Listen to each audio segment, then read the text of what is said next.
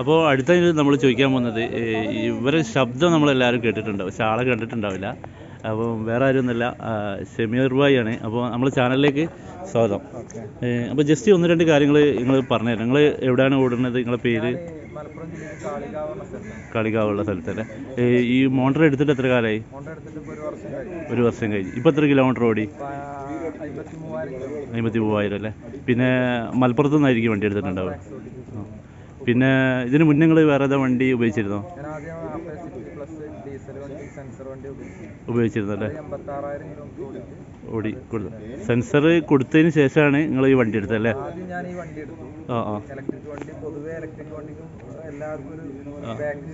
പേടിയാണ്.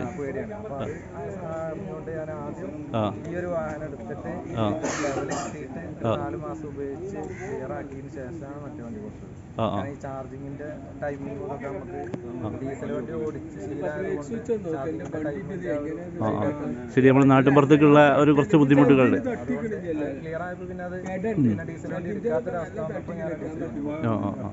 അപ്പോൾ നിങ്ങൾ പറഞ്ഞു വരുന്നത് ആദ്യം ഡീസൽ വണ്ടി നിങ്ങളുടെ കയ്യിലുണ്ടായിരുന്നു, അത് കഴിഞ്ഞതിന് ശേഷം മോട്ടർ വാങ്ങി, അത് കഴിഞ്ഞ് 4 മാസം കഴിഞ്ഞാൽ ഈ ഡീസൽ വണ്ടി കൊടുത്തു. ഓക്കെ, ഞാൻ ഫസ്റ്റ് പറയുമ്പോൾ പെട്ടെന്ന് നിങ്ങൾ ആദ്യം മോട്ടർ വാങ്ങിയ ഏരിയയാണ് തോന്നിയല്ലേ? ഓക്കെ, അപ്പോൾ ഇതുവരെയുള്ള നിങ്ങളുടെ അഭിപ്രായങ്ങൾ എന്താണ്? അല്ല, വണ്ടി എങ്ങനെയുണ്ട്?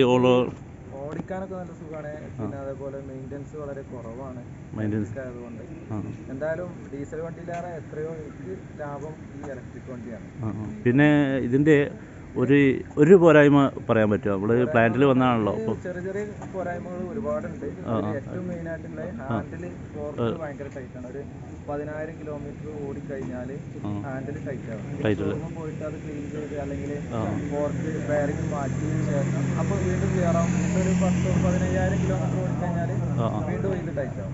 കമ്പനി പരിഹരിച്ച് തരാമെന്ന് പറഞ്ഞിട്ടുണ്ട്. അതിൻ്റെ നമ്മളിപ്പോൾ പ്ലാന്റിലാണ് കിടക്കുന്നത്.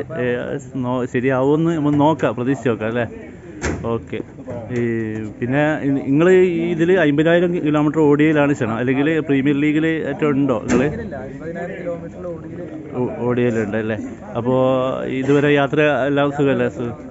ഓക്കെ, അപ്പോൾ ഞാൻ കൂടുതലൊന്നും ചോദിക്കുന്നില്ല. നമുക്ക് പിന്നീട് വിശദമായിട്ട് എന്തായാലും ഒരു റിവ്യൂ ചെയ്യണം. ഇപ്പോൾ നമ്മൾ കമ്പനിയിലാണല്ലോ. അപ്പോൾ എല്ലാ കാര്യവും പറഞ്ഞതിന് നന്ദി. Thank you.